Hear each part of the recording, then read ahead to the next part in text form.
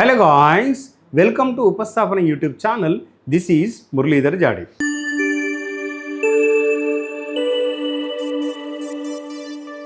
So ప్రస్తుతం మన ఉపస్థాపన institution నుంచి ప్రతిరోజు ఒక క్వశ్చన్ అంటే ITI ఎలక్ట్రీషియన్ ఆస్పిరెంట్స్కి ఒక క్వశ్చన్ అనేది డీటెయిల్గా డిస్కస్ చేసి దానికి సరిపడే రిలవెంట్ ఇన్ఫర్మేషన్ కూడా ఇస్తున్నాం. ఎందుకు అనంటే ప్రస్తుతం మన తెలంగాణ రాష్ట్రంలో SPDCL నుండి ITI ఎలక్ట్రీషియన్ కేటగిరీ 1 అనే నోటిఫికేషన్ యాక్టివ్లో ఉంది. దాన్ని దృష్టిలో పెట్టుకొని మనం డైలీ ఒక క్వశ్చన్ చేయడం జరుగుతుంది. ఇది ఆస్పిరెంట్స్కి హెల్ప్ అవుతుంది.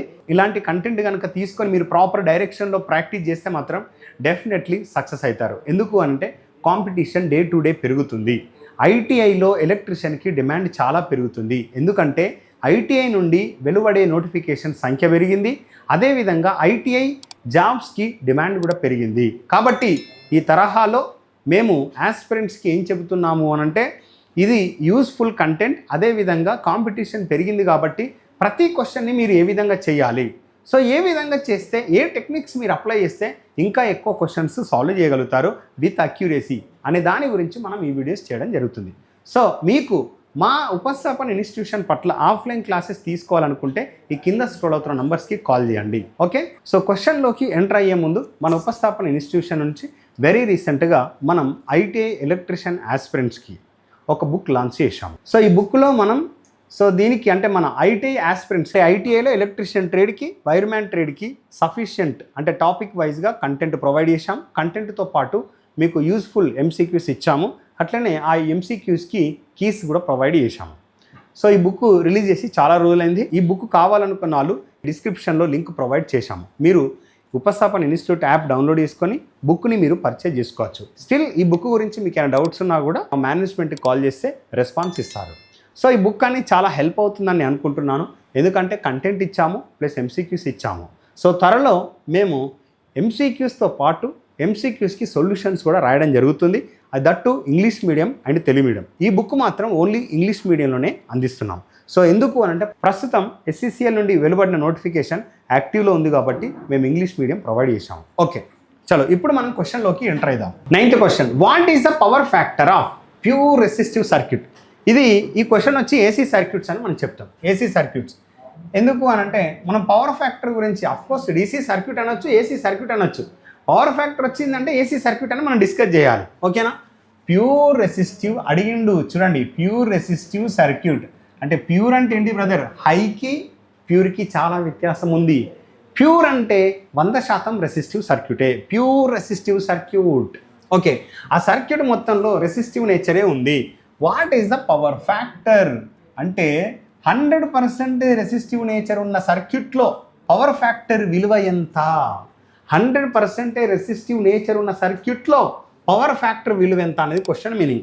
Option A unity power factor, option B 0 power factor, option C lagging power factor, option D leading.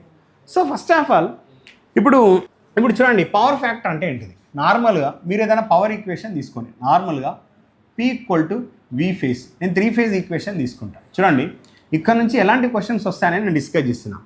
Power equal to 3 phase తీసుకుంటా. 3 times of V phase I phase cos π. చూడండి brother, ఈ power factor angle ఉంది కదా, దీన్ని మనం పైన ఏమంటున్నాం? Power factor angle. So ఈ పవర్ ఫ్యాక్టర్ యాంగిల్ వేటి మధ్యలో ఉంటుంది? ఫేజ్ వోల్టేజ్ అదేవిధంగా ఫేజ్ కరెంట్. మంచిగా గమనించండి, ఫేజ్ వోల్టేజ్కి ఫేజ్ కరెంట్కి మధ్యలో ఉన్న యాంగిల్ని పవర్ ఫ్యాక్టర్ అని పిలుస్తాం.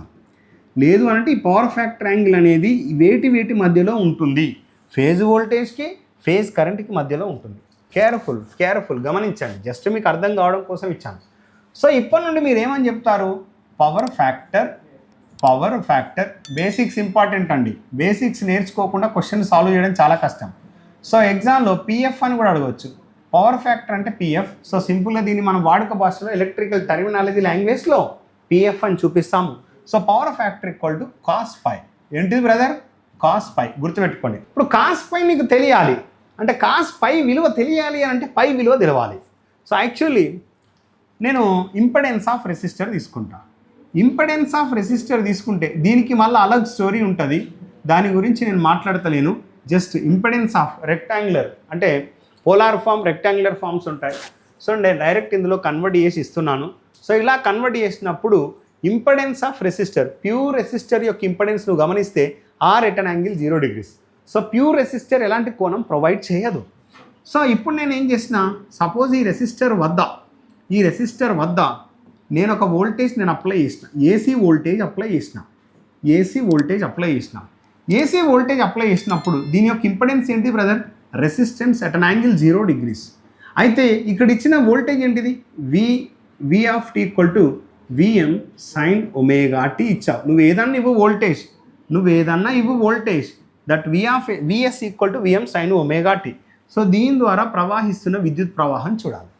సో ఇప్పుడు దీని ద్వారా ప్రవాహిస్తున్న విద్యుత్ ప్రవాహం నువ్వు గమనిస్తే దీని వద్ద అప్లై చేసిన వోల్టేజ్ బై దీని దగ్గర ఉన్న across this impedance of resistor. అంటే మనం ఏం చెప్తాం, నీకు ఓమ్స్ నియమం ప్రకారం ఆ సర్క్యూట్లో అక్కడ అప్లై చేసిన మొత్తం వోల్టేజ్ విలువ బై ఆ సర్క్యూట్ వద్ద నువ్వు అప్లై చేసిన ఇంపెడెన్స్ విలువ.